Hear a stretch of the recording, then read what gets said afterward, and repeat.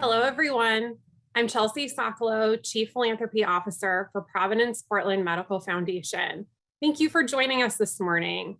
Today's presentation is a part of our virtual speaker series, DocTalks. These presentations bring our best and brightest clinicians to you so you can learn how revolutionary treatments, research, and community support efforts, all fueled by philanthropy, are bringing hope to more patients throughout Oregon. Philanthropy helps advance research, healthcare, and wellness throughout Providence. And thanks to donor support from individuals just like you, we were able to quickly respond to the COVID-19 pandemic. Donations to Providence helped us purchase additional ECMO machines, which is a technology essential to caring for the sickest COVID patients. Gifts also helped us purchase other equipment, including specialized infusion pumps, as well as COVID-19 analyzers to increase the number of tests we could process, especially during the height of the pandemic. And generous donations helped us build out our 9th floor at Providence, Portland to serve as a surge unit. We didn't end up needing this unit until February of 2022, but thanks to donations, we were ready to move quickly to support the Omicron surge and care for our community. To tell you more about this, I now have the honor of introducing Dr. Kevin Olson. Dr. Olson is a medical oncologist and lifelong Oregonian. He previously worked as a bone marrow transplant physician for OHSU for 2 years, and then moved into private practice for 22 years, where he held roles as the practice president and chief medical officer for a Portland-based multi-specialty oncology group. We are so grateful that he now serves as the chief executive for clinical programs at Providence St. Joseph Health, where he oversees all specialty and inpatient clinical services at Providence within the Oregon region. In recognition of his incredible expertise, Dr. Olson was also asked to serve on the governor's COVID-19 Advisory Council. Welcome, Dr. Olson. Thank you, Chelsea. I'm so honored to be asked by our foundation colleagues to help share what we've learned at Providence as a result of the pandemic. And I want to make sure that my screen is being shared before I jump too fast into this. Everything okay, Chelsea? You're all good on my end. Great, thank you, thank you. So again, thanks for the honor of being here. I want to recognize the fact that I'm not an infectious disease expert. I'm here really as a result of being in the middle of lots of decision making and planning around how we address the pandemic, and I'm happy to share some of what we've learned in that regard. There's really 3 areas that we thought we would focus on. They often come up as questions to us as leaders at Providence. One is around how did this impact our surgery? Why was surgery impacted the way it was over the last few years? Another is that important critical care aspect, and Chelsea alluded to that with so-called ECMO, and I'll talk a little bit about that. And then how do we address the impact on the hospital from a capacity perspective? We'll also be finishing up with a little discussion as much as I can around what we think is coming in the future as it relates to the pandemic. On this slide, I'm going to be referring to this slide a few times, and I thought I'd just give you a quick orientation. These are the Oregon hospitalizations as a result of COVID. That's for all hospitals, not just Providence. The top line, this dark blue line, actually is the total hospitalizations going back to the early part of the pandemic and then really right up until a few weeks ago. The second line that's a little lighter blue is the total number of patients at any given time that were in the hospital, in the ICU part of the hospital. And then this last line down below is the number of folks that were in the hospital, in the ICU and on a ventilator at that given time. And I think what this does show, this shows that we've had different waves, I would call them tidal waves, about with patients coming at us. And we've learned during each wave. I'm going to share some learnings that happened with those first few early waves that were really in 2020, right up through about Christmas time in 2020. And before I jump right into that, the question that often comes to me and other leaders is, why was this so hard on hospitals? What was it about this virus that was so different than all these others? After all, don't 99 point some percent of patients survive? And the answer is yes, that's true. But there were issues around this virus that made it really difficult on hospitals. The first was the way this virus is transmitted. It didn't really play by the rules that we expected for a coronavirus, which the garden variety coronavirus is the common cold virus. This virus actually spread through what we call aerosols, tiny particles that are different than droplets, which is how the flu virus is shared. And that had important implications for the kind of masking that would actually protect us from becoming infected in the hospital. That was a huge thing that we didn't understand until several weeks into the pandemic. The other challenge that we struggled with was this highly variable presentation. And so, if you get chickenpox, there's no doubt that you have it, that you have a classic rash. Almost everybody gets the same rash. With this virus, and even with the flu virus, you tend to get a cold, fever and aches and other symptoms that are very typical, and almost everybody gets them.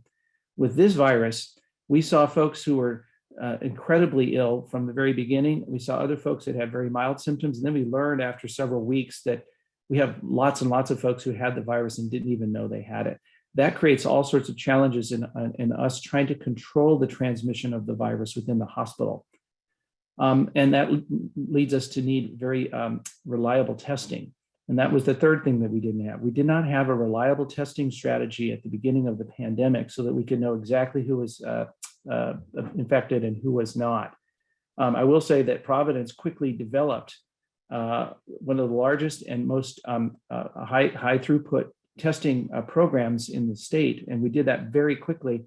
And we were able to continually update and expand it with generous donations from Providence donors. And that really did set us apart throughout this whole pandemic. The fourth thing that made this challenging was that we didn't bring into the experience any immunity. That is, we didn't have any natural immunity as far as we could measure.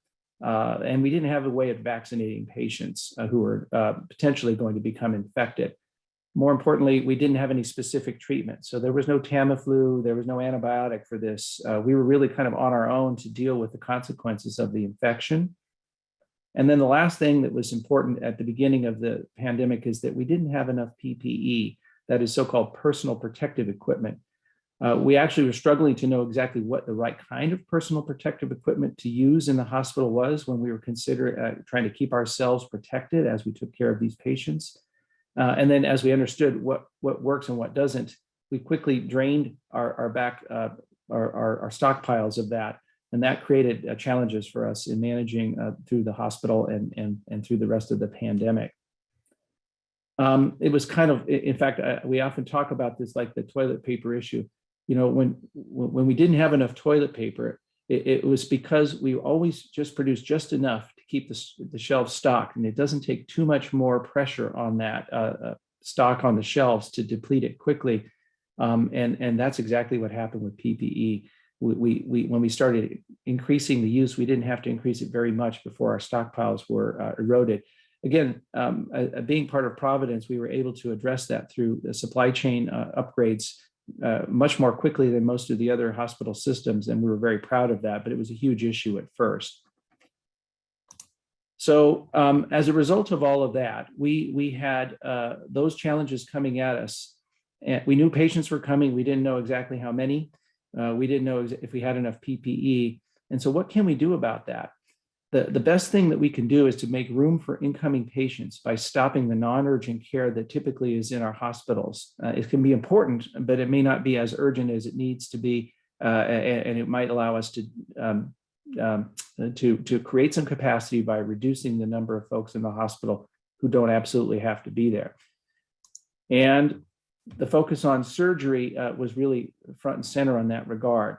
And what people often ask, why was the focus on surgery so important at the beginning of this? The answer is that surgical cases are often scheduled in advance. Certainly, there are cases that come to us through the emergency department. We don't have a choice about how to deal with them. We deal with them as an emergency. But there's a lot of care that is scheduled in advance, and it gives us the ability to look at the schedule and decide, do we really need to be taking care of that patient today, or can we delay care? we actually took and changed our verbiage around surgery cancellations early on and said, we're not canceling these surgeries, we're just delaying them. It also created a question about how long can we delay, and there's some surgeries that can be delayed for a few days without consequences. There's others that might be delayed as long as a week or 6 weeks or 8 weeks, and we didn't have perfect understanding about that at the beginning. The other big reason we focused on surgery is because of that need to conserve our personal protective equipment at the beginning of the pandemic. So as I mentioned, as we struggled to get everybody in PPE, not knowing who was infected in the hospitals and who wasn't, one of the biggest places where we use PPE is in the operating room, because it's the very same equipment that we use to create a sterile environment. So if we reduce the number of surgeries that didn't absolutely have to be done, we could actually create some PPE reserves for the care of folks outside of the operating room.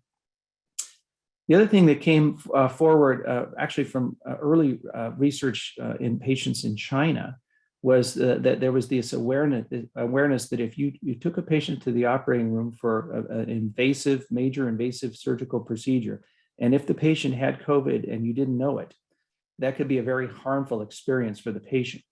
There was anywhere from a 2 to 4-fold increase in major surgical complications, particularly in the lungs, in the heart, and in blood clotting events that were showing up in these folks who we found out after the fact were COVID positive. So that created a lot of pressure on us to be very careful about not operating on folks who had COVID, to make sure that we didn't accidentally harm them with a surgery. And then the other thing I wanted to share about all of this is that there was awareness early on in the pandemic that all of the hospital systems had to do our part. The only way we were going to manage through this as a community is if everybody was on the same page about how we were going to accommodate the folks that were coming at us with COVID. That created a need for us to actually be collaborating with our competing hospital systems in ways that we'd never done that before. It actually was heartwarming for me to participate in, and for our leaders to participate in discussions between hospital systems. We had our chief operating officers meeting often several times a week. Our chief medical officers were meeting at least once a week. We had our regional Oregon Health Authority sponsored emergency hospital coordination teams meeting 3 or 4 times a week.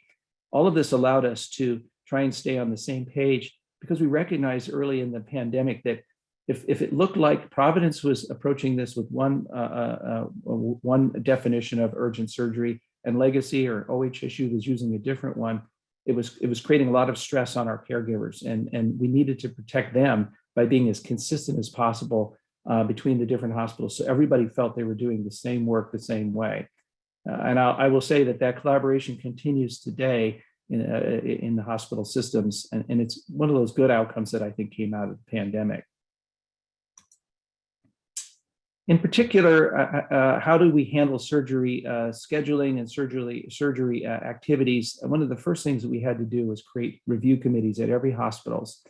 These review committees looked at every single case that was scheduled right up until the day of surgery, asking the question, can this case move forward today, or is it wise for us to delay that case?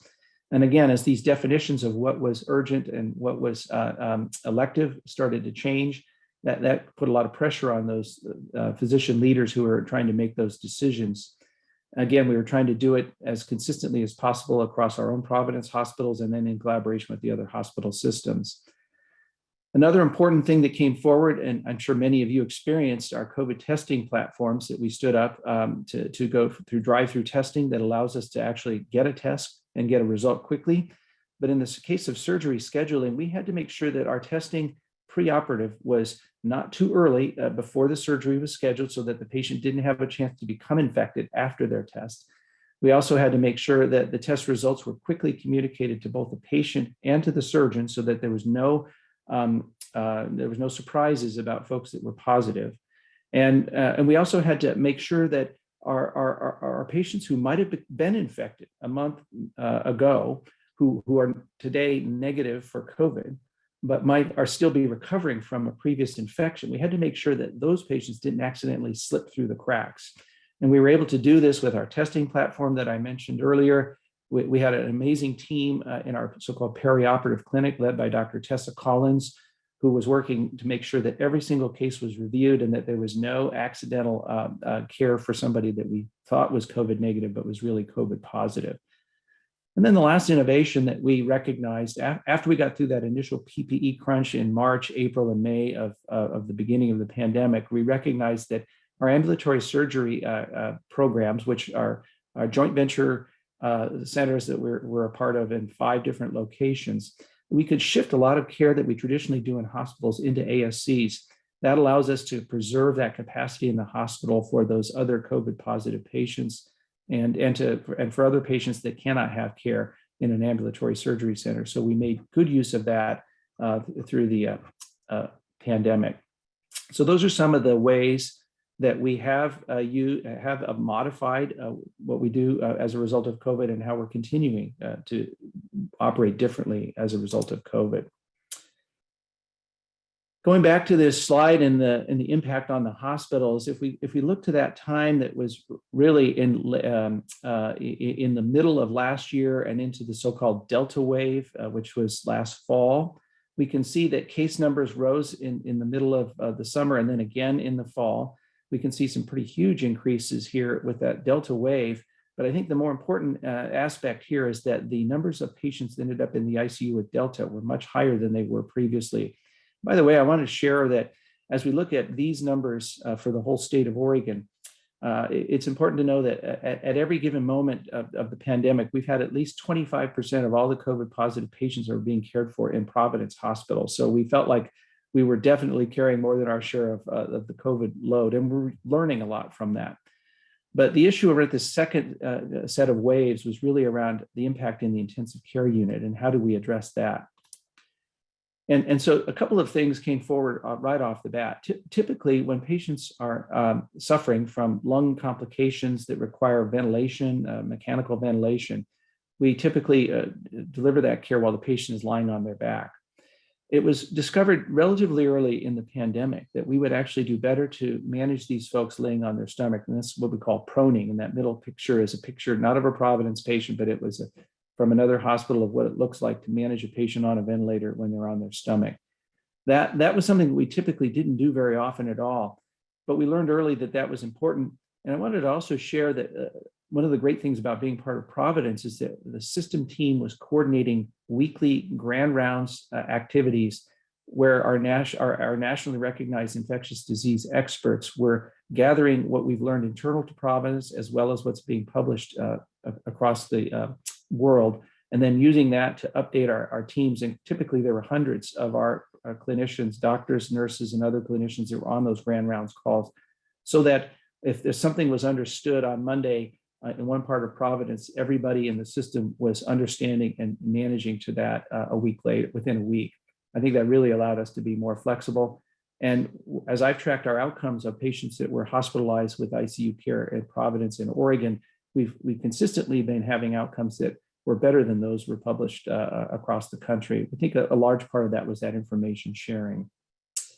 But another key thing that Providence had to offer during the pandemic was this thing that we call ECMO. It's extracorporeal membrane oxygenation, which is easier to say, harder to say than ECMO. ECMO is really just lung bypass machine. It allows the blood that would be normally going into the lungs to go out of the body through a machine that actually puts oxygen into the blood and takes carbon dioxide out of the blood, and then puts it back in downstream from the lungs. That allows the pressure on the lungs to be diminished while the lungs are trying to heal from the infection.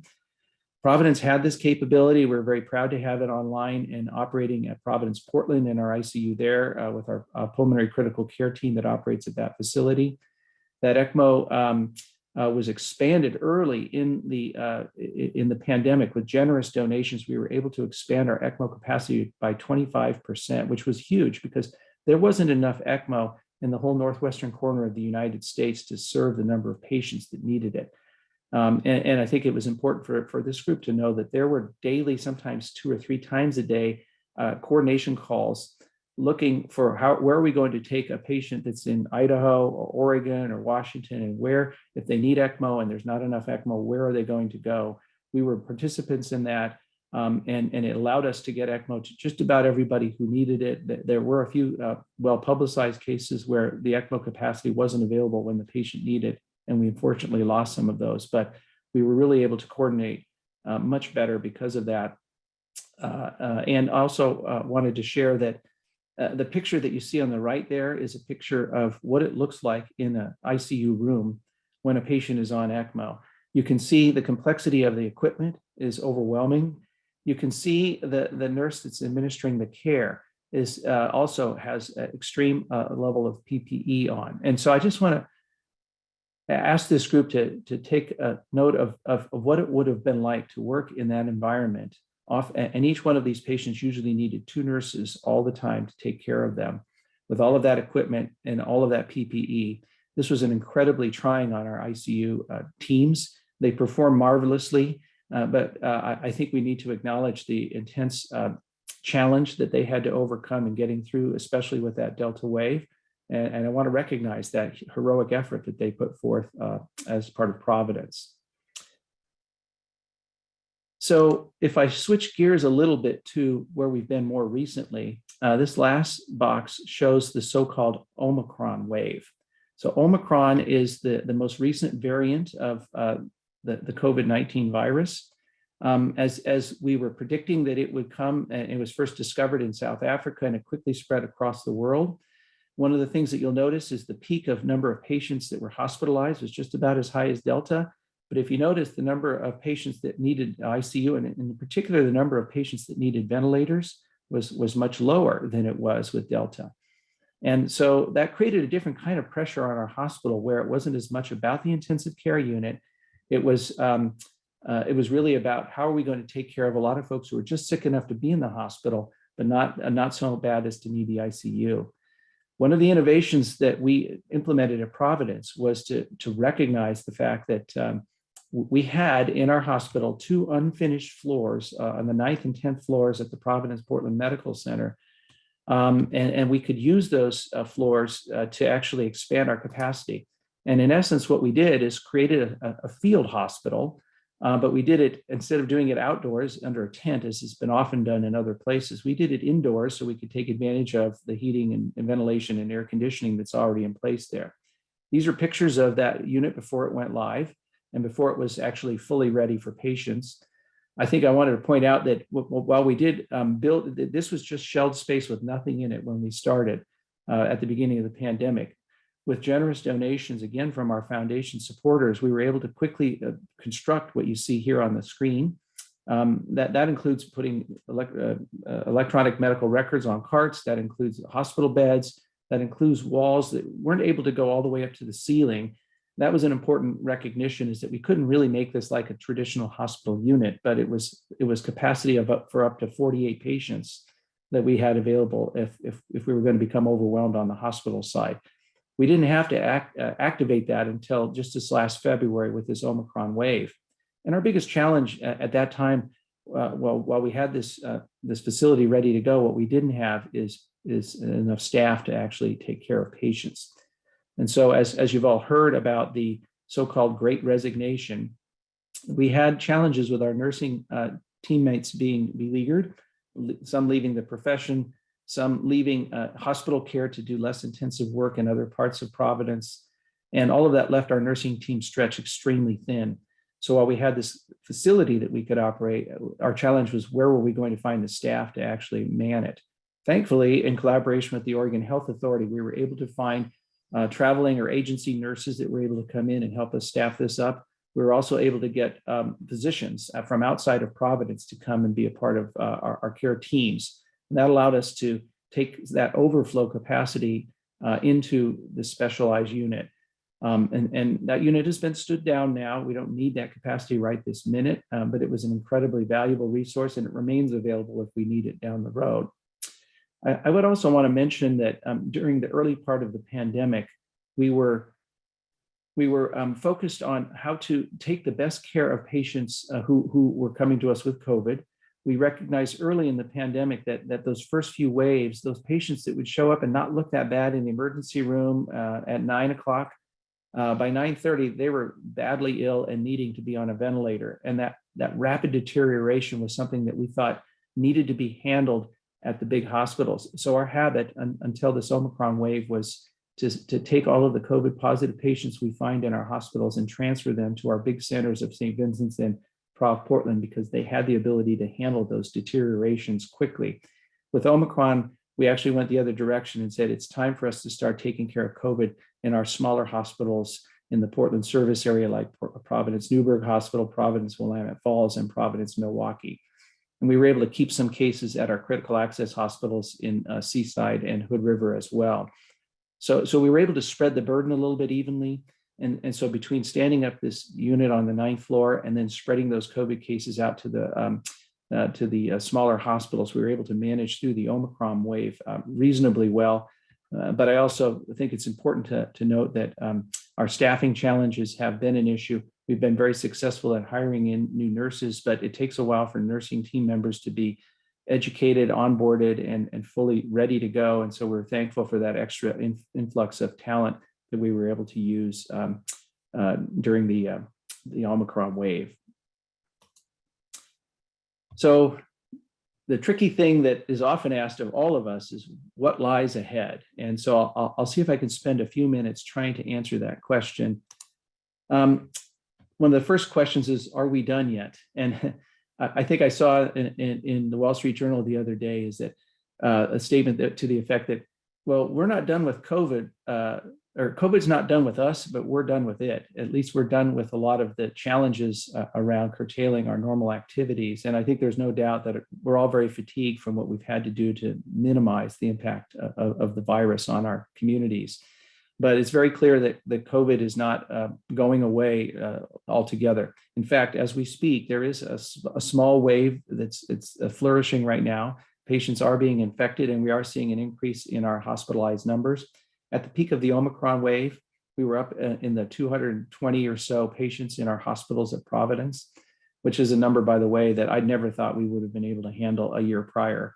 But we got all the way down into the high teens as of about 4 or 5 weeks ago.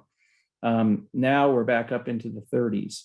Although I have to say that about a third of the patients in the hospital right now with COVID are there because of their COVID illness, and 2/3 are there for some other reason. And we found their COVID infection as a result of screening them when they came into the hospital. So not everybody in our hospitals today is in the hospital because of COVID. They're in the hospital sometimes with COVID and in for another reason.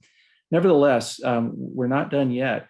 The other important impact that this current wave is having and the previous wave had on us is that when our caregivers become infected, we have to quarantine them for a minimum of 5 days and sometimes up to 10 days. We have to keep them offline. So when you think about that challenge we have with our staffing numbers being reduced, if we have a lot of infected caregivers, that magnifies the problem. And we're starting to see our COVID numbers increase in the employees. So we're managing through that as well as we can. But it just highlights the fact that we have to be careful and we have to make sure that we're not making it easy for a COVID to spread in our hospitals. And so that still has us on guard. The big question that comes forward to our scientists is, will the variants mutate in a more aggressive manner?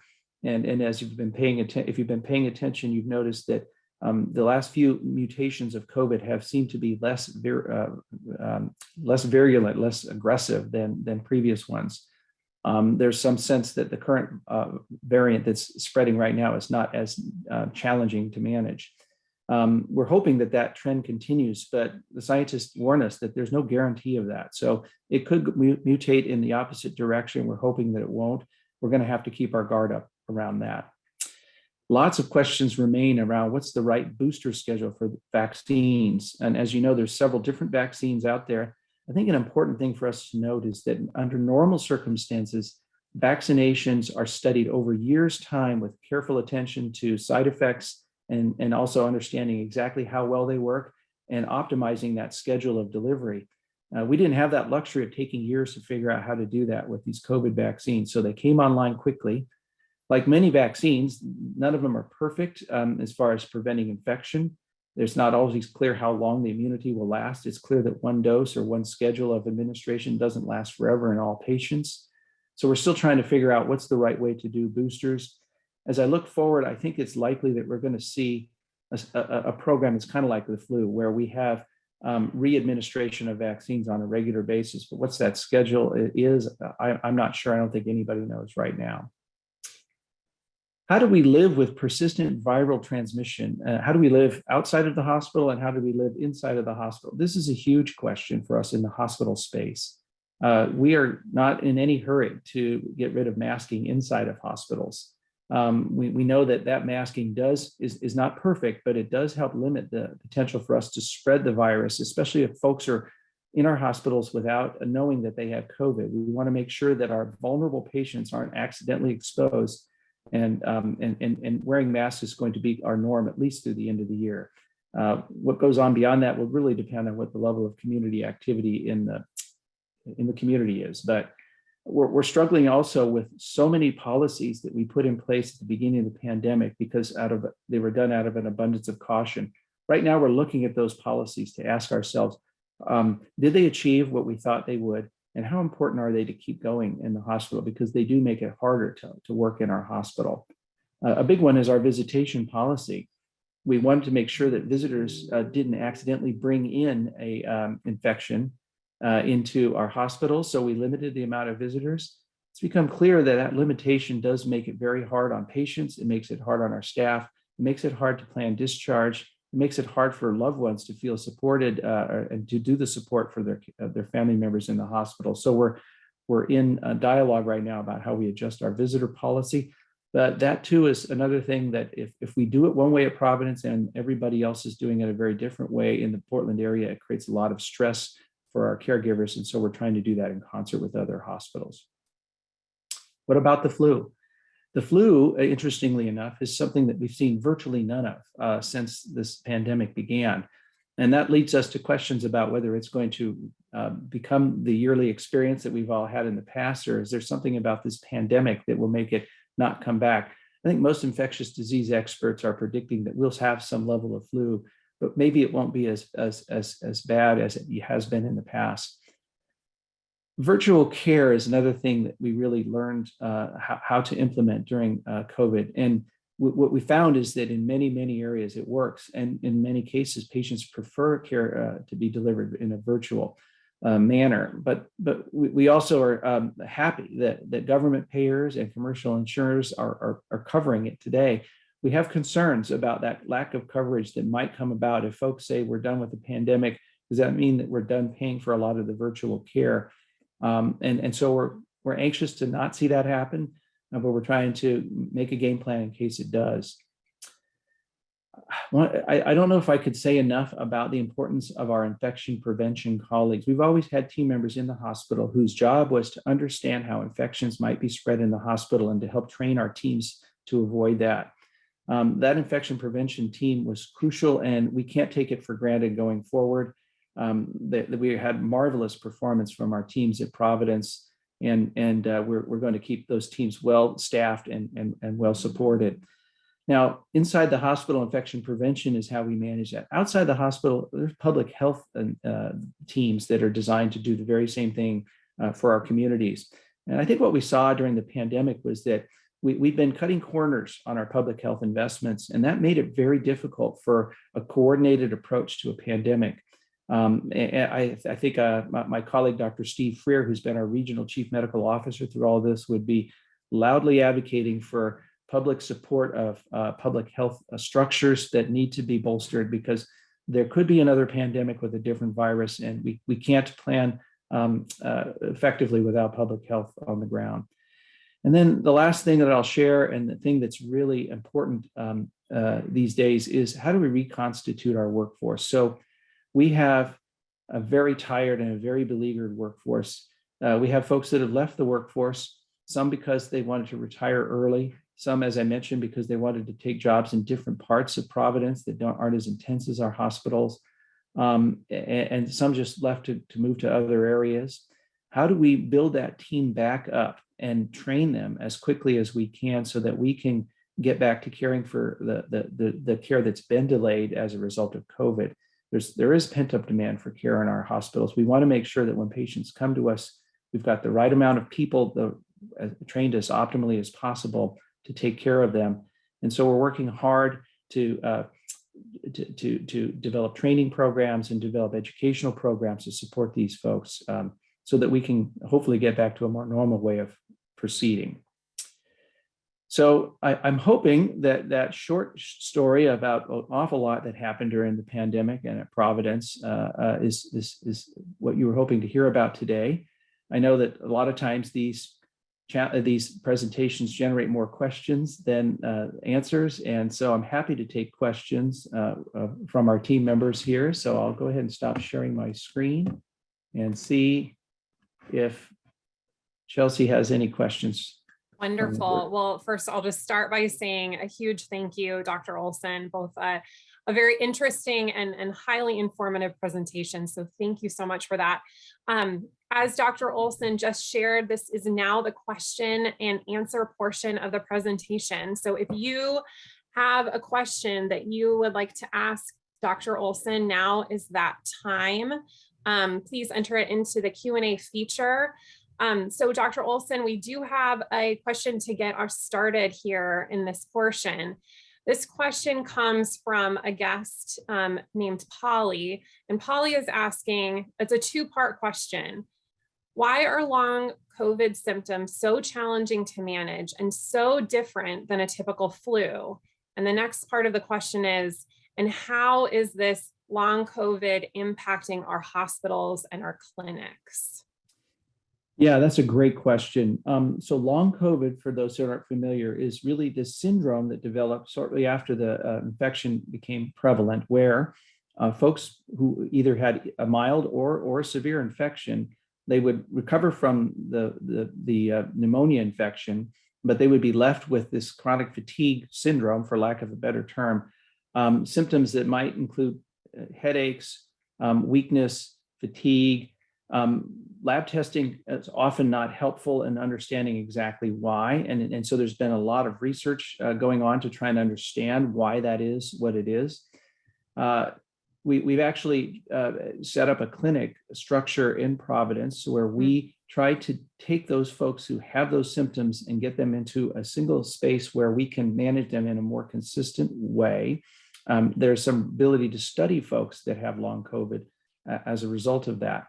One of the interesting features that we've noticed, and there was a really cool tool that one of our system leaders, Dr. Ari Robasek, developed. It was a journaling tool that could be deployed into our patients who were infected with COVID. We knew who they were, that many of them were offered the ability to share their experience through a journaling tool.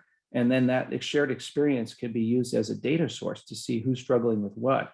One of the things that he noticed in our most recent waves is that with Delta and Omicron, there seems to be less long COVID patients coming back, at least as they're detecting it through that journaling application. We also had our Earl Childs team, who does quite a bit of immunity and viral research, looking at patterns of other viruses that might become activated in patients who had COVID. And there was some potential for folks that might have a smoldering Epstein-Barr or monovirus, that maybe the mono was actually blowing up as a result of the COVID infection. In other words, an immune system that was keeping that monovirus under control may not be doing that as well as it used to. Again, lots of questions around that. So right now, most of the care that we deliver for folks with long COVID is supportive in nature. And many times over time, the symptoms will wane, but we're still trying to study that and get better answers to that question. Wonderful. Thank you so much. So staying in that same subject area around long COVID, and I believe you may have already kind of touched on this, but I just want to ask it in case there's additional details you'd like to provide. Rika asks, has long COVID been found in the more recent versions of the virus, specifically Omicron and others? Yeah, and I think, and again, trying to answer that question is difficult because there's a good blood test now that tells us if you had COVID.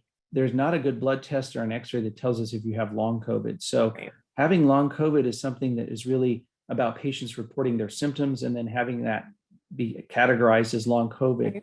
So that's not helping us, the fact that there isn't an easy verifiable lab test for long COVID to answer that question specifically. But I think that journaling tool is an interesting one And I'm hoping that it's giving us an accurate signal that maybe long COVID is less common with these less aggressive variants. Okay, good. Well, good news. So questions are rolling in, which is fantastic. Melissa asks, early on, we saw data on the increase in post-op complications for those who were COVID positive and had surgery. As we know more news now, is that still the case, especially with patients that were asymptomatic or who had very minimal symptoms related to COVID? Yeah, the answer is that there's lots of small research trials that have been published. Well, a few that were, there's been so-called meta-analyses trying to take small trials and put them together into big trials. There has, of course, nobody's anxious to go, let's go operate on a COVID positive patient just to see what happens. Most of the time, these are cases where we had no choice but to operate. And we knew the patient was infected, and then we just carefully tracked whether complications occurred. There is a major trial that's supposed to be published here in the next few weeks that we're hoping will give us a better answer to the question that was just asked, because and also this question about how long should we wait after an infection before we know it's safe to operate. Like if I have a hip that needs to be replaced and I could do it now, or I could do it 6 months from now. How long do I need to wait if I just had COVID? The answer today in Providence is 7 weeks. But are these new variants as likely to create that trouble? And could we go perhaps sooner? These are questions that we're trying to answer. Right now, though, we're thinking that it's better to be safe than it is to be sorry as far as pushing that limit for cases that really could be delayed. We're advising folks to delay. But the research trials that are supposed to be published literally in the next few weeks, and we're anxious to see those results and see if that helps us do better in the future. Right. Yeah. Sounds like we continue to learn more information, new information all the time. So very informative. Thank you. So Jake has a next question, and this is very timely. I know you and I spoke a little bit about this offline. So Jake asks, does Providence St. Joseph Health feel that masks are in the best interest of public health in public transportation settings? So airplanes, buses, trains, et cetera. Right. Well, and I have to say, I was actually on an airplane when it was announced that we don't have to wear our masks anymore. And there was a lot of folks that were happy about that. And there were a lot of folks that were very frightened about everybody on that plane taking off their masks. Not everybody did, by the way. I think it's a complicated question. I mentioned early in the talk that exactly how this virus can spread is tricky. I think it's getting trickier as these mutations occur, and is it less of a problem if we share a BA2 mutant than compared to the Delta? We don't know that. The other thing that we should be clear about is that masks help, but they're imperfect. And I think that reality has not been an easy one when we get into the political questions around whether we should or should not be wearing it. Because if you say, is it a perfect solution? The answer is no. Does it help? Yes. It mostly helps the person that's infected from spreading their own germs. It may not be, unless you're wearing an N95 mask, it may not be as helpful to protect you from somebody else's a virus load.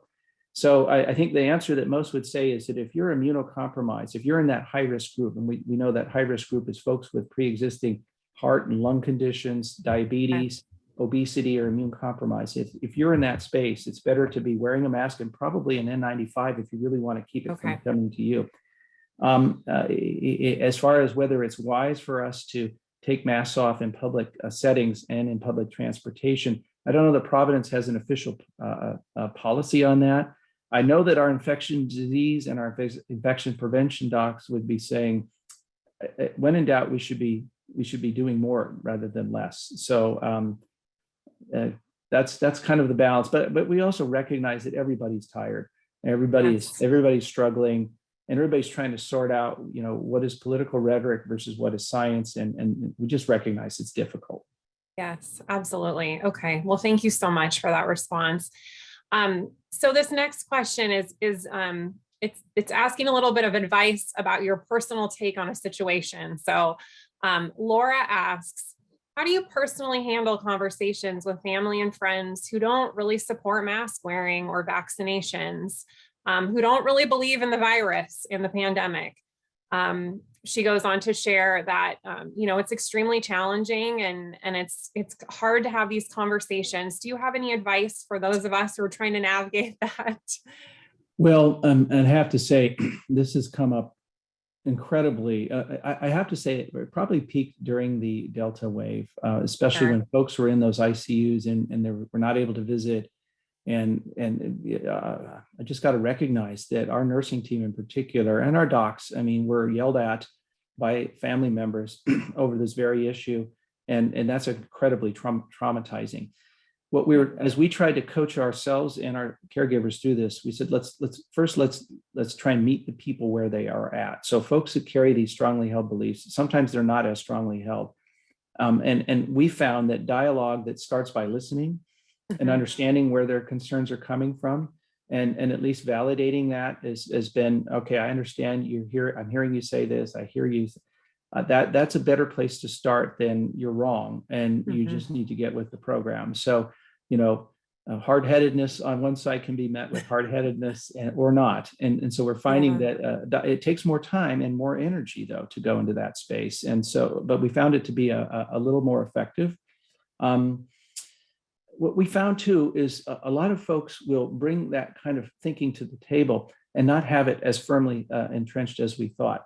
Might have a family member that really feels strongly, but the patient or the individual themselves may not hold that. And so we just try and talk through that as well as we can, that reality. Yeah.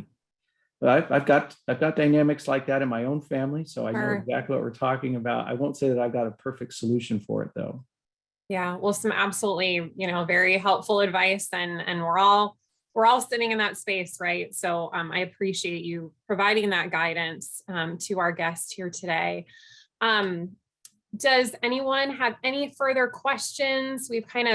We're nearing the end of our time here today, but we certainly have a few more minutes in case there's some lingering thoughts or anything you would like to put before Dr. Olson here today. Maybe while we're waiting, I know one of the questions that's come up is, what about kids under the age of 5? And, sure. Yes, please speak to that one. Yeah. So as some on this call may have kids in that age group, and certainly anybody with a grandparent is anxious to know where are we at with that. The studies around the immunization effectiveness in that young age group are still ongoing. The results are coming forward, but they're confounded by the fact that if we do a study on age 5-year-old and less in the last 6 months, it's with Delta or Omicron, and the results aren't necessarily what they expected when they were testing those previous variants. So we've got to take into account that the variants are changing. The target that we're after is changing, and then kids under the age of 5 are not the same as adults and people between the age of 5 and 18. There is data that's being presented that's supposed to be presented to the FDA, I think in May, and about the earliest that the manufacturers are predicting a product to be on the market is probably early June. But a lot of that depends on what that research shows and how well the FDA thinks it's reliable enough and if it shows enough benefit. Okay, wonderful. Thank you so much for speaking to that question. I know many of us have. So one last question here before we kind of wrap up our time. We do have another question from a guest joining us today, wondering if you can share your thoughts on the accuracy of the home COVID tests. Yeah, it's amazing to think about how, and I wish I should have brought a picture of our PCR testing platform. I mean, these machines are huge. They can process 500 samples at a time. They're incredibly complex, but we were so proud of having that technology and the ability to test lots of folks. Now we have these home tests. One of the things we learned early in the pandemic is that part of the success of the test is how well you do the swab, right? So if you put the swab in to a minor degree and you don't really get the secretions on there, it's not as reliable as if you're really getting that in there. And so those of you who've been swabbed, some of the nurses are aggressive, and that's why. But the tests themselves are not quite as accurate as those fancy machines that we have over at our Pop One building. They are accurate, but there's some interesting statistical challenges. When a virus is kind of very prevalent in the community, the reliability of those tests is much higher. The likelihood that a positive is truly positive or a negative is truly negative is better. When the prevalence starts to drop, as we've been seeing with the recent decreases in the waves, the statistics say that the reliability of the test may not be as high. And so we've been struggling with, do we rely on those tests or not? Right now, we're taking a positive test to really be a true positive. But if you have classic COVID symptoms and you do a home test that's negative, I'm not sure I would trust that right now. All right. And so we're often saying if the symptoms persist, we probably ought to see a doc and get a PCR test. Okay, wonderful. Well, thank you so much for that guidance. I know many of us have had that question as we've ramped up our testing from the home space. So I will just close us out and thank you, Dr. Olson, for joining us this morning. It's just been an absolute pleasure to learn from you. So thank you again. And I'll share to all of our guests joining today, if you were inspired by today's presentation and you'd like to get involved and learn how you can help, please feel free to connect with our team. My information is now on the screen. We will also be sending out a follow-up email in the coming weeks. And as you may have seen in the chat and heard about before, today's talk is a part of our annual Providence DocTalk virtual speaker series.